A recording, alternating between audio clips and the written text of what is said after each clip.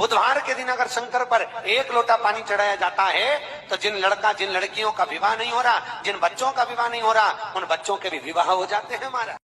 शिव पुराण में 5 महापापों का वर्णन किया है, कुर्म पुराण में, स्कंद पुराण में 5 महापापों का वर्णन किया है। उस 5 महापाप में पहला पाप है बाल हत्या। पहला पाप कौन सा है? जम के बोलो जरा। बाल हत्या। दूसरे नंबर का पाप है पर स्त्री का भोग करना, पर नारी का संग करना, यह महापाप की गिनती में आता है। तीसरे नंबर पर आता है स्वर्ण की चोरी करना, सोने की रकम चुरा लेना, सोने की रकम को प्राप्त कर लेना, यह महापाप की गिनती में आता है।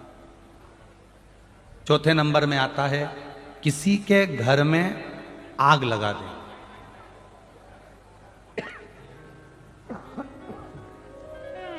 किसी के घर में आग लगा देना, यह महापाप की गिनती में आता है। और 5वें नंबर का होता है किसी के साथ विश्वासघात कर देना, यह महापाप की गिनती में आता है। तो रोग में ग्रसित होना, बहुत रोगीले हो गए ना, बहुत कोई बीमारी ज्यादा हो गई ना, तो स्थान शंकर के मंदिर के बना दो। तो जिसको हमको साफ करना है तो और वहां चंदन की एक बिंदी रखकर आना, 2 स्थान बना लेना।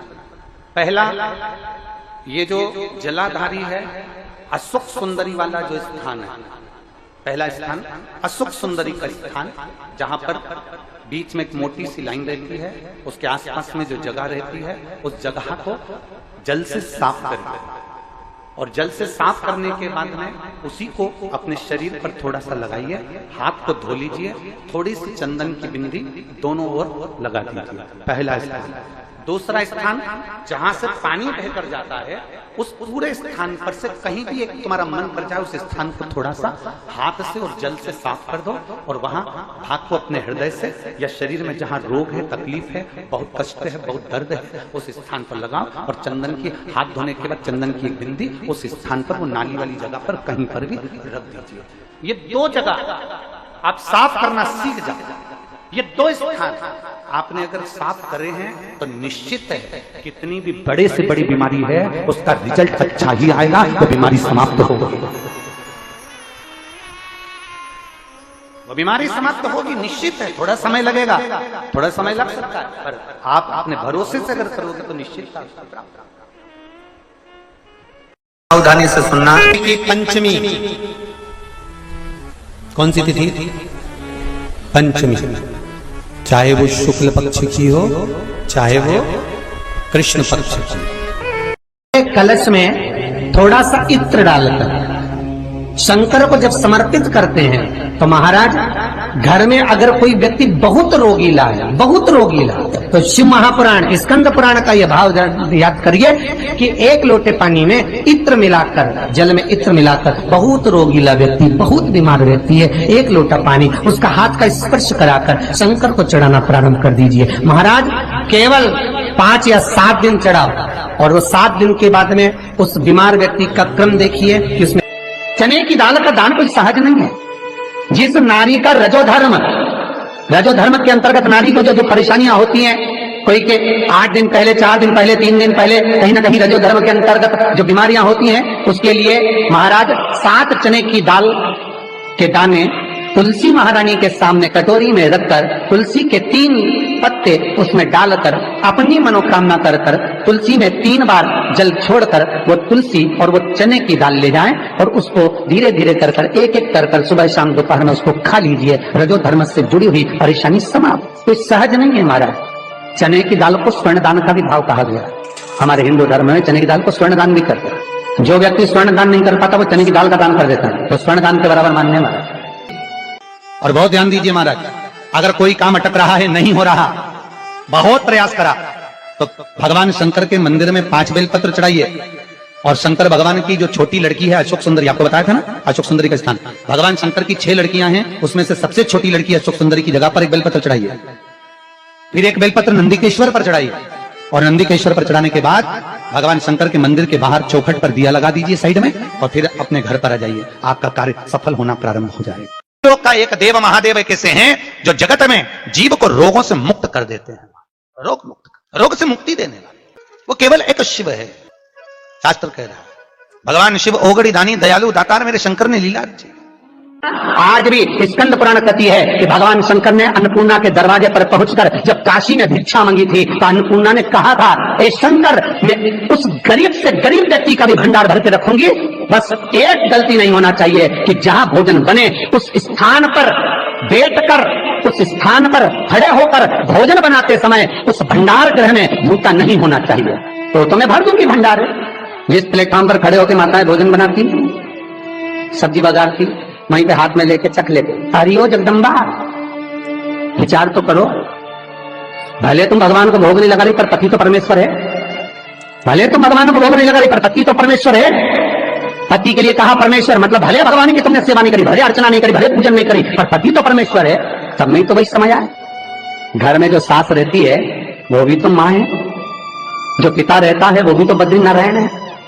महाराज फिर क्यों कर भी बनाना तो भी तुम्हारे घर में स्वाद नहीं रहेगा। और जिस मंदिर में, आश्रम में, भंडारे में जब तक भगवान का भोग नहीं लगता तब तक चखा नहीं जाता, चाहे नमक डला ना डला, मिर्ची डली ना डली, शक्कर डली ना डली, भंडारे के भोजन में जो मिला दिया आखिरी में फिर भगवान ने अगर पा लिया तब चखा गया कि अब भोजन में स्वाद है कि नहीं है। तो कभी अन्नकूट की जो सामग्री बनती है, सब्जी बनती है, राम भाजी बनती है, राम भाजा बनता है, मिक्स वेज सब्जी बनती है, भगवान के भंडारे की कद्दू की सब्जी बनती है, उसमें आप भले मिर्ची ना डली, नमक ना डला, फिर भी घर में एक पूरी खाते रहोगे, वहां 4 मिनट का क्या होगा? क्यों? क्योंकि वहां अन्नपूर्णा स्वयं देने के लिए तैयार खड़ी है।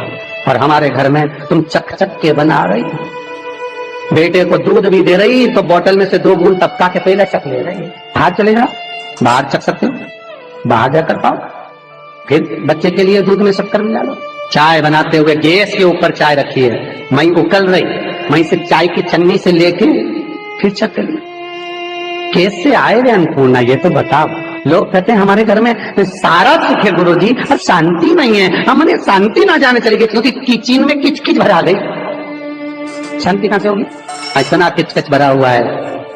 प्रेम, करुणा, वात्सल्यता, स्नेह, समर्पण समाप्त हो गया। तो लड़का और लड़की का विवाह नहीं हो रहा, बहुत हताश हो गए, परेशान हो गए, विवाह संबंध जमी नहीं रहा।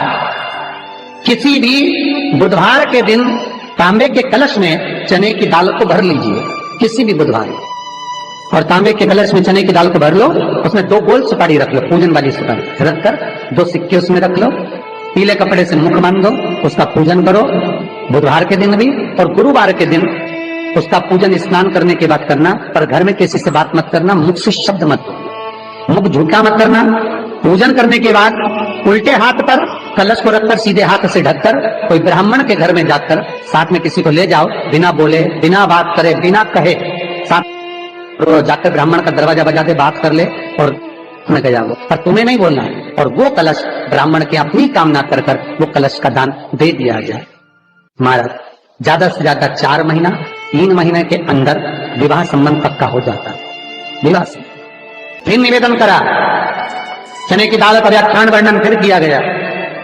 मान लो कोई प्लाट है, कोई प्रॉपर्टी है, कोई जमीन है, कोई जायदाद और नहीं बिक रही, बहुत परेशान हो गए, लाखों करोड़ों रुपए तुम्हारे डूब गए और ये प्रॉपर्टी बिके, तब तुम उबरो, तो उसके लिए चने की दाल को 1 रात्रि पहले रविवार के दिन घर में गला लीजिए और उसको गलाकर दूसरे दिन उसमें थोड़ा सा चंदन मिलाकर पीस लीजिए। पर पीसना आपको मिक्सर में नहीं है, पीसना आपको सिलबट्टे पर, चकोटी पर जो आपके यहाँ उससे उसको पीस लीजिए। और पीसने के बाद उसमें थोड़ा सा दूध मिलाकर शिव मंदिर में जाकर शंकर भगवान के शिवलिंग का सोमवार के दिन लेपन करिए। लेपन कर कर अपनी कामना कर कर शिवलिंग पर 3 उंगलियां लगा लीजिए।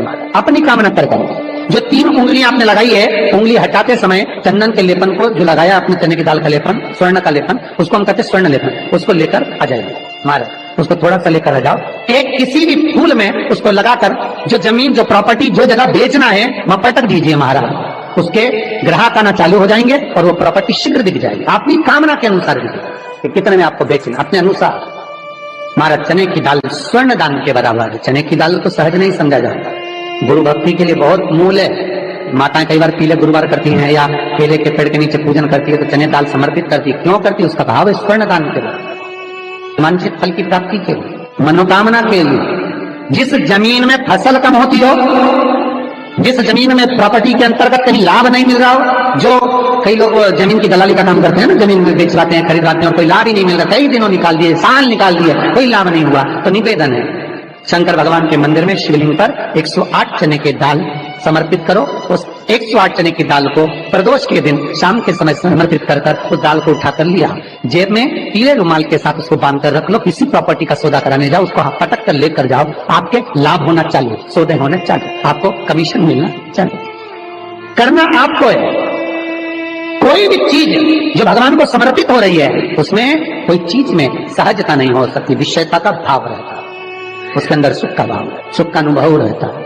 महाराज ये भी जाने दो, एक और सरल भाषा में जाने, आपका बहुत तेज सिर दर्द हो रहा हो, बहुत तेज हो रहा हो और लग रहा है कि आज तो बहुत तेज सिर दर्द हो रहा है, ये व्यक्तिगत आप तुरंत कर सकते हो ना, घर पर कभी भी कर सकते हो। बहुत सिर दर्द हो रहा है, 7 चने की दाल के दाने लेना 7, और आपके घर में ही कोई शंकर जी का शिवलिंग हो, उस पर एक एक कर श्री शिवाय नमस्तुभ्यम कहकर चढ़ा देना। 2 मिनट तक शंकर के शिवलिंग को देखना, बिल्कुल दोनों आंखों से बिल्कुल देखना अच्छे से, और उस चने की दाल को उठा लाना और एक एक कर खाकर आधा गिलास पानी पीकर थोड़ी देर बैठ जाए।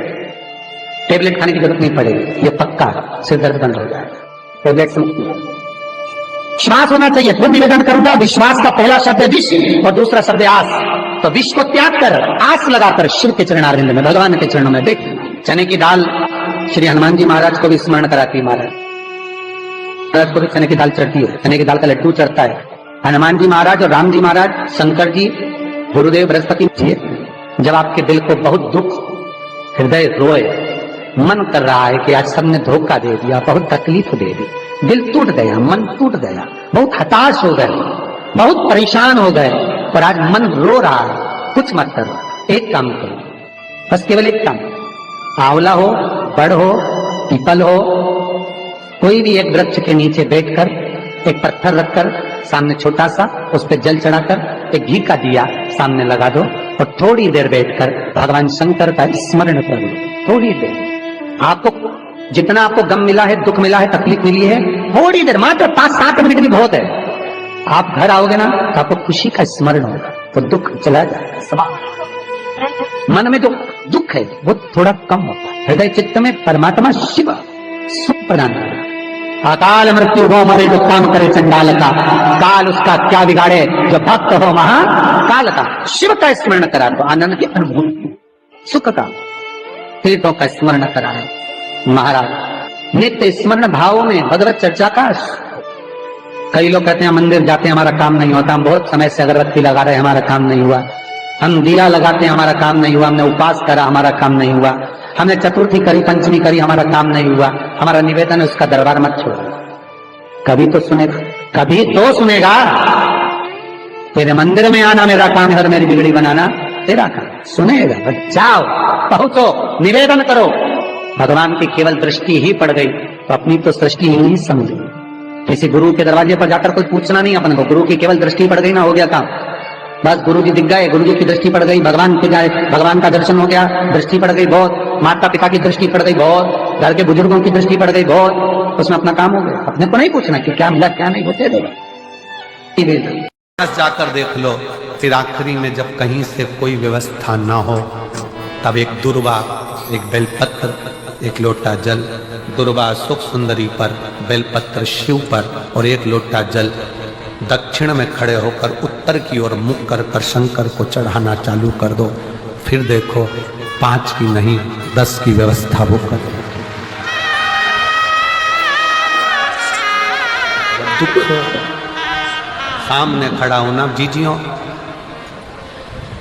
एक दुर्वा, एक बेलपत्र, एक लोटा जल, दुर्वा चढ़ाओ असुख सुंदरी वाली जगह पर, डंडी रहे उधर शिव की तरफ, दुर्वा की खिला हुआ भाग, एक बेलपत्र शंकर के शिवलिंग पर और खड़े हो जाओ, दक्षिण में बैठ जाओ, दक्षिण में उत्तर की ओर मुख कर दोनों हाथों से शंकर को जल चढ़ाना प्रारंभ करो।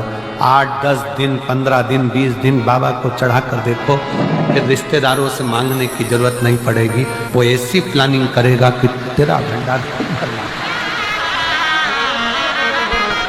कोई जाए जो काशी में मेरा करेगा मलेगा। बस हृदय से उसको पुकारो, हृदय से।